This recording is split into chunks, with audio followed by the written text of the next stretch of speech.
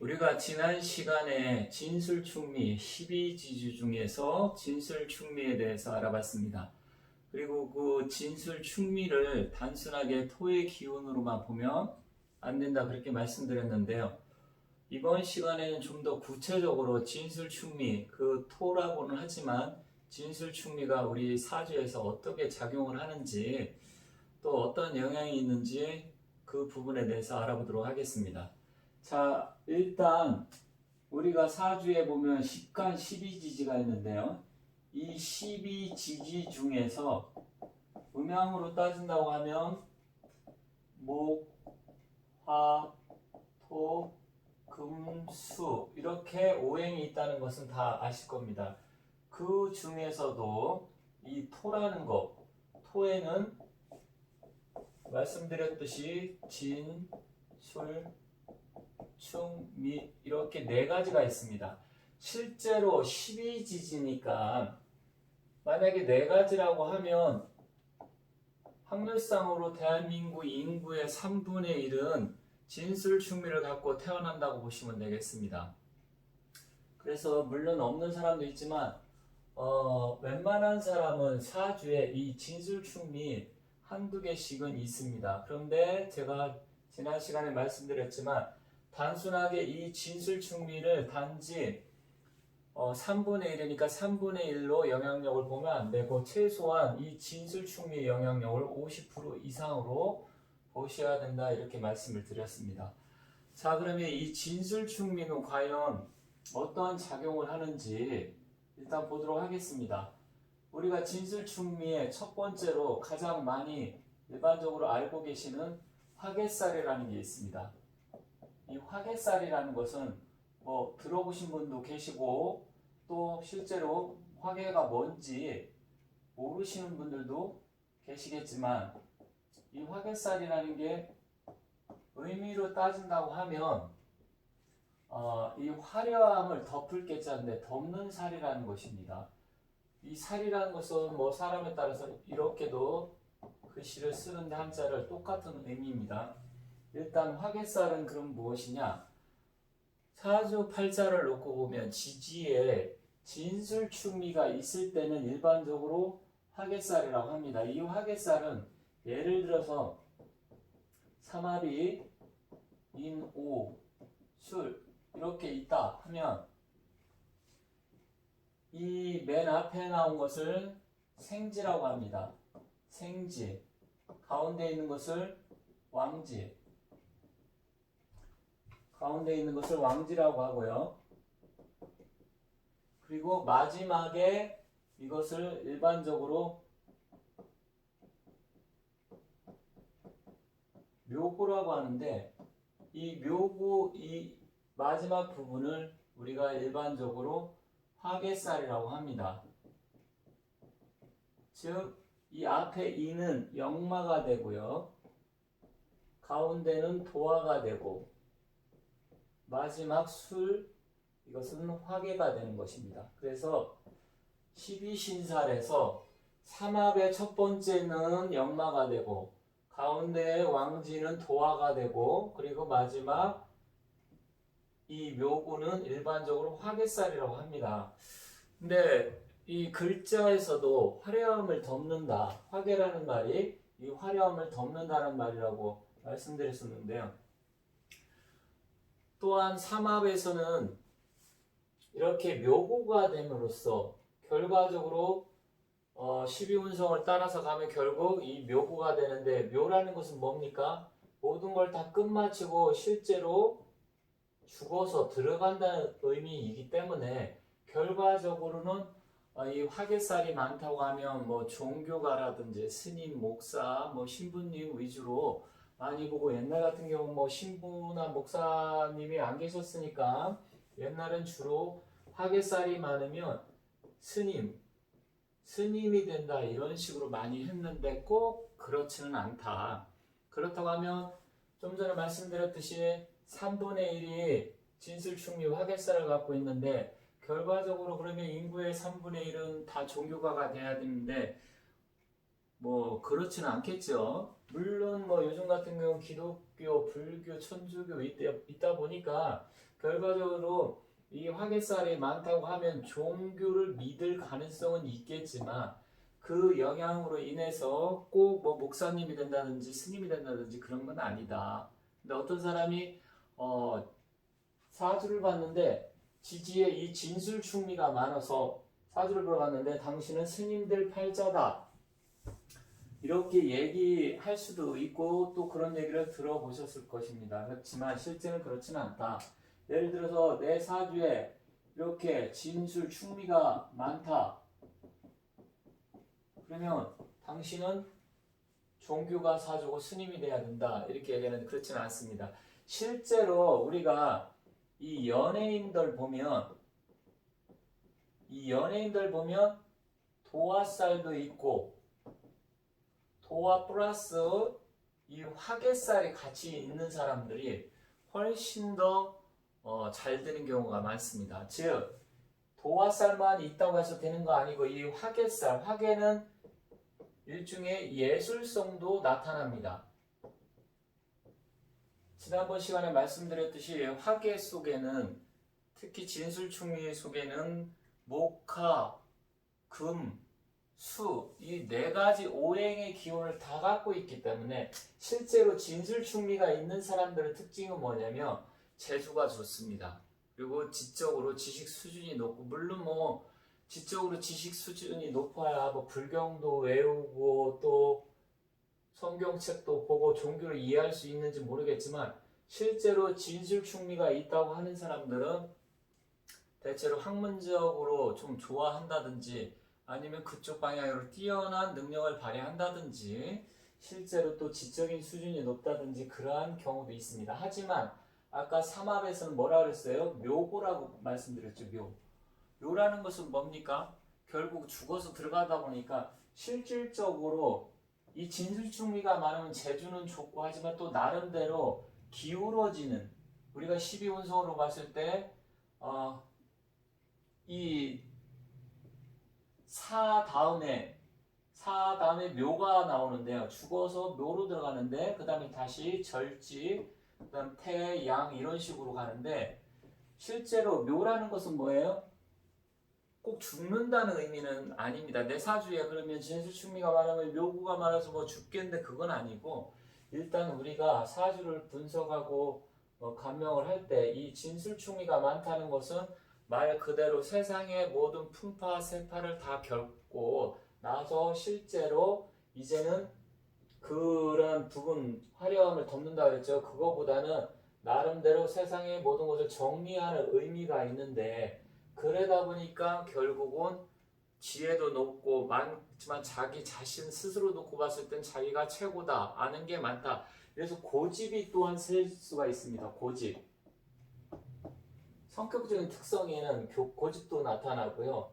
또 하나는 뭐냐면 또 사람이 어떤 면에서는 이 흙의 기운이다 보니까 화려함을 덮는다 말씀드렸죠. 그러다 보니까 일단은 너무 낭비적이거나 그런 것보다는 이 창고의 의미도 있어갖고 은근한 이게 특히 재로서 왔을 때는 재나 재고가 됐을 때는 부자들이 많게 됩니다. 그래서 그런 의미를 잘 보셔야 되는데 일단 화개살이란 의미는 우리가 12운성에서 삼합을 놓고 봤을 때 묘고에 해당이 되지만 12신살에서는 화개살로 된다. 그렇게 보시면 될 것 같고요. 일단 화려함을 덮는다는 얘기긴 하지만 좋은 점도 많다. 물론 아까 고집도 세고 자기가 뭐 지적인 능력 수준 이런 게 높다 보니까 자기 스스로 굉장히 나는 최고다 이런 생각을 갖다 보면 다른 사람에게 타협심이 좀 부족할 수도 있습니다. 그래서 그런 부분이 있고 또 한 가지는 흙의 기운으로 강하게 이루어지다 보니까 한편으로는 좀 답답한 면도 있습니다. 그래서 이 토, 특히 진술충미 갖고 태어난 사람들은 굉장히 그 속내를 알기도 쉽지 않고 나름대로 굉장히 뚝심도 좋고 진중하지만 실제로 보면 고집도 세고 나름대로 세상 살아가는데 움직일 때 굉장히 움직이지만 또 게으를 때는 또 굉장히 게으른 특성도 있고 굉장히 복잡하고 다양합니다. 그래서 일단 이 진술충미는 잘 보셔야 된다. 이 확연살적인 특징을 말씀드렸고요. 이번에는 다른 살을 보도록 하겠습니다. 세 번째는 백호대살.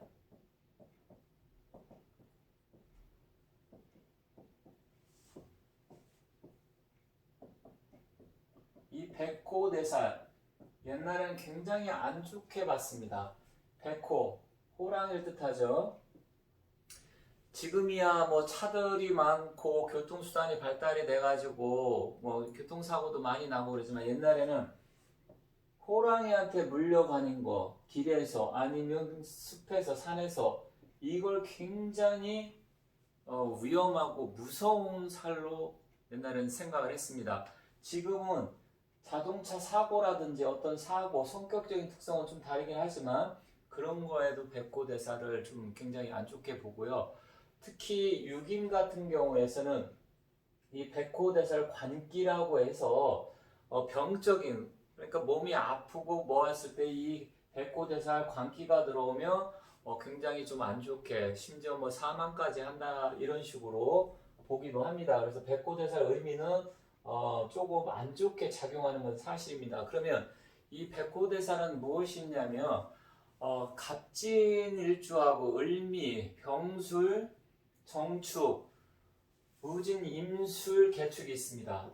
자기가 태어난 날이 이 갑진일에 태어난 사람이나 을미일에 태어난 사람, 또 병술일에 태어나거나 정축일에 태어난 사람, 그리고 무진일에 태어난 사람, 그리고 임술, 개축일에 태어난 사람이 백호대사를 갖고 태어났다고 보시면 됩니다. 그러면 여기서 갑진년에 태어난 사람 1964년생, 이런 사람, 이 사람은 무지는 1988년이네요. 용띠. 뭐 이런 식으로 다 이렇게 있다. 그러면 이 사람들은 다 백호대사를 갖고 태어났다, 이렇게 보시면 될까요? 그렇지는 않습니다. 일단 자기 띠는 일단 해당이 안 된다고 보고요. 만약에 자기가 태어난 일간을 기준으로, 우리가 사주가 연월 일시가 이렇게 있는데 태어난 나, 이 일간을 기준으로 이게 들어가 있으면 백호대살이 맞습니다.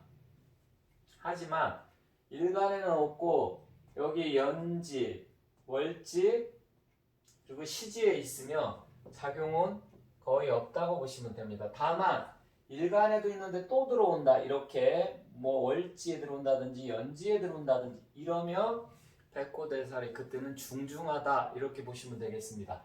그러면 이 백호대살은 일단 어떠한 작용을 하냐, 이 백호대살 의미는 앞에서도 잠시 말씀드렸지만, 일단 백호대살은 사주병리나 뭐 육임이라든 다른 데서 좀 흉살로 봅니다.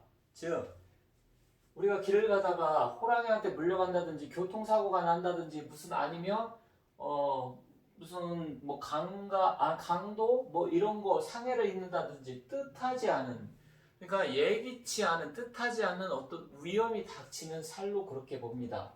호랑이한테 물려가는 게 뜻하지 않은 일이잖아요. 그죠? 길을 가다가 차를 운전하고 갔는데 사고가 났어요. 그것도 뜻하지 않은 일이지 않습니까?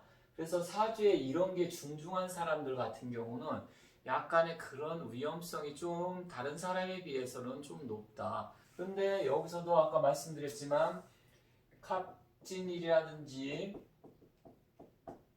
갑진일, 또 뭐 병술일, 임술일, 이런 때, 또 뭐 개축일, 이게 다 진술충미죠. 그래서 이 토, 진술충미는 많은 사람, 특히 태어난 날이 앞에서 말씀드린 7가지 그 일간에 해당되면 결국은 백호대사를 갖고 태어났다고 보시면 됩니다. 이 진술충리에 백호대살이 있는데 일단 태어난 일간을 기준으로 하고 월지라든지 시지에 또 있다 그러면 이런 사람들은 다른 사람들보다는 훨씬 더 운전을 할 때 좀 조심을 한다든지 건강관리를 좀 잘 한다든지 또 나름대로 여러가지 대인관계에서 신경을 써야 됩니다. 그렇지 않으면 어떤 사람하고 뜻하지 않게 계속 뭐 부딪힌다든지 싸움이 일어난다든지 어딜 가더라도 피해를 입는다든지 그런 경우가 많습니다. 근데 자기가 태어난 날이 갑진일인데 갑진 백호를 갖고 태어났어요. 근데 어떤 연도에 갑진년이 올 수 있지 않습니까? 그리고 또 갑진월, 월로 기준했을 때 또 갑진월이 있을 수도 있습니다. 이럴 때는 이 사람한테는 약간의 안 좋은 작용을 할 수 있다. 특히 이 진토는 이때 갑한테는 뭐냐면 편재입니다. 재물.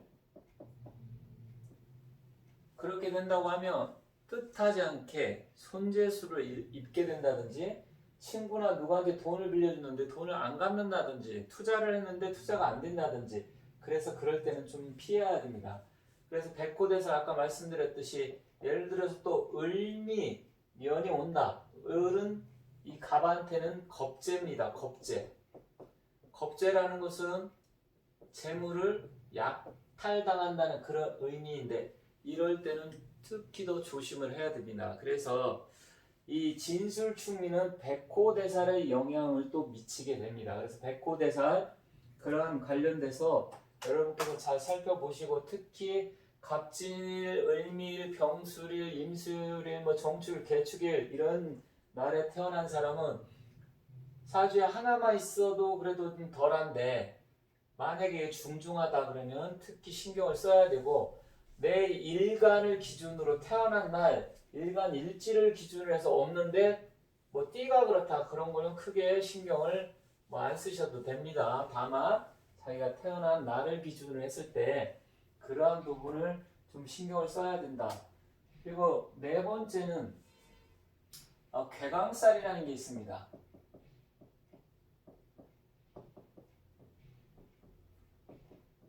이 괴강살도 굉장히 중요한 살 중에 하나인데요.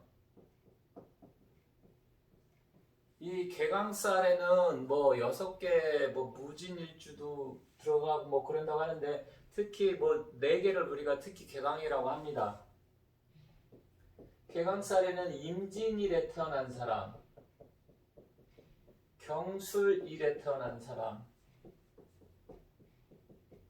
경진일에 태어난 사람, 무술일에 태어난 사람 우리가 일반적으로 괴강살을 갖고 태어났다고 봅니다. 이 괴자는 무슨 괴자냐면 북두칠성에서 나왔는데 이거는 우두머리 두자입니다. 우두머리 수괴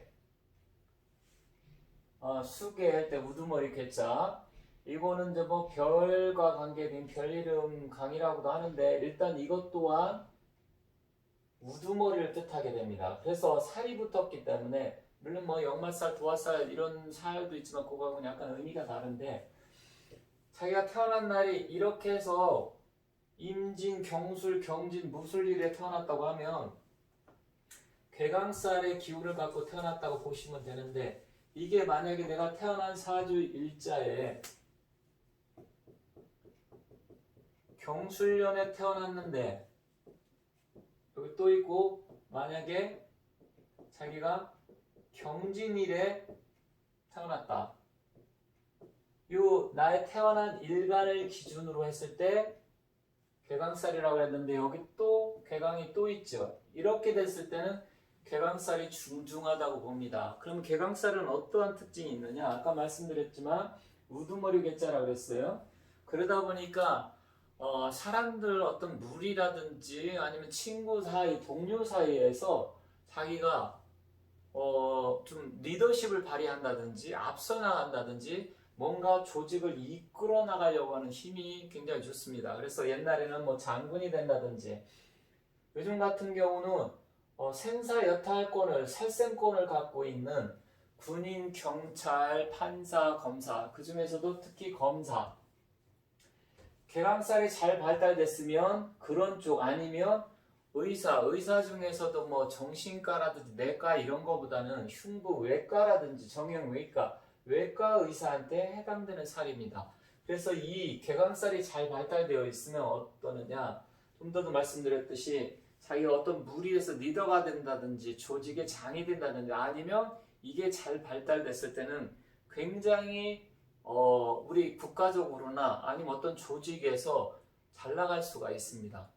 그러니까 실제로 옛날 같으면 장군감이라는데, 만약에 여자 사주에 이렇게 개강살이나 백호대살이 강하다 그러면 옛날은 팔자가 드세다 그랬습니다. 여자한테. 그래서 개강살이라든지 백호대살에 중종하면 팔자가 사납다. 그래서 뭐 사주단자 이런 게 가면 실제로 이런 사주가 있는 사람하고는 청혼을 안 하고 파혼도 하는 경우도 있었는데, 요즘은 세상이 많이 변했기 때문에 여자라고 한다고 하더라도 요즘은 세상을 잘 헤쳐나가고 여자도 이런 게 약간의 좀 기운이 좀 필요하기 때문에 옛날만큼 나쁘게 보진 않습니다. 하지만 약간의 개강이나 백호대살이 많다고 하면 여성스러운 면보다는 약간 양적인 남성적인 스타일 이런 게 좀 강한 것도 사실입니다. 그런데 여기서도 개강살을 여러분께 말씀드렸지만, 개강살에도 뭐가 들어가 있습니까? 또 진술이 들어가 있죠. 진술, 토가 들어가 있습니다. 이 토가 들어가 있는데, 결국 이 진술충미는 백호대살, 개강살, 화개살을 관장을 하게 되는데, 특히 진술충미가 있는 사람 앞에서 화개살 할 때 말씀드렸지만 고집이 세다고 말씀드렸습니다. 개강살이 잘 발달된 사람들 같은 경우는 물론 잘 풀리면 뭐 검사도 되고 장관도 되고 뭐 국방부, 군인, 대장 이런 게 될 수 있겠지만, 잘 못 풀렸을 때는 어떻게 되겠습니까? 조직 폭력배라든지, 아니면 맨날 싸움만 한다든지, 아니면 결국은 더 안 좋은 작용을 하게 되면 뭐 사람을 상하게 하는 뭐 살인을 저지른다든지 굉장히 안 좋은 흉살로 볼 수는 있지만, 잘 발달됐을 때는 굉장한 도움이 됩니다. 그래서 결국 진술충미가 들어가 있는데, 이 진술은 또 뭐가 있냐면, 우리가 진사는 지망살로 보고요, 술해는 천문살로 봅니다. 그래서 이 술에 진사야 합쳐갖고 천라지망살이라고도 하는데, 이 사주에 술과 해가 있는 사람은 뭐 기문관살과 함께 굉장히 이런 역학이라든지 아니면 사주 명리 주역 이런 할인업에 종사하면 좋습니다. 의사도 마찬가지고요. 물론 진술과 사해가 묶여 있을 때는 이 진사가 묶여 있고 사해가 묶여 있다든지 수레가 이렇게 묶여 있을 때는 천라지망이라 해서 하늘의 그물과 땅의 그물이 있어가지고 일들이 잘 안 풀리게 되고 안 좋게 봅니다. 굉장히 흉하게 보고, 또 그게 있는데 또 해서 뭐 대운이라든지 세운에 오면 모든 일을 예를 들어 뭐 판을 벌리지 말고 자기가 하는 일에 수성에 힘쓴다든지, 아니면 어떤 일을 하면 회사를 그만두려면 그만두지 말라고 한다든지 그렇게 되는데, 이거는 나중에 기회 있을 때 말씀드리고, 오늘은 특히 이 세 개, 화개살, 백호대살, 괴강살에 대해서 알아봤습니다.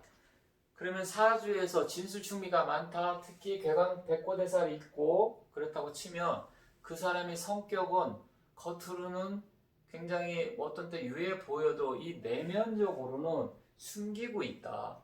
우리가 그 소리장도라고 중국 그 손자병법에 나오는데, 소리장도, 그 소리가 무슨 얘기냐면, 웃음 속에, 마음 속에 웃으면서 마음 속에는 웃지만 마음 속에는 칼을 숨기고 있다. 그런 얘기가 있습니다. 결과적으로 이 진술충미, 특히 개강 백호대살 진술충미는 겉으로 봤을 때는 사람들이 굉장히 유해 보이고 뭐 적양과 같지만, 이중적인 내면적으로는 이중인격, 표리부동할 수도 있고요. 좀 다르게 잘 봐야 된다. 그래서 자기가 만나는 사람들이 봤을 때 이런 게 강하다고 하면 겉으로는 굉장히 잘하는 척 하지만 실제로 봤을 땐 그 사람이 내면 속에, 마음 이면 속에는 정말 칼을 숨기고 있을 수가 있습니다. 그래서 그걸 잘 보셔야 되고, 그러면 내가 백호대살이라든지 괴강사 진술충리가 강하다 그러면 어떻게 되겠습니까? 마음적으로 기도를 많이 한다든지, 아까 화개살 말씀드렸죠?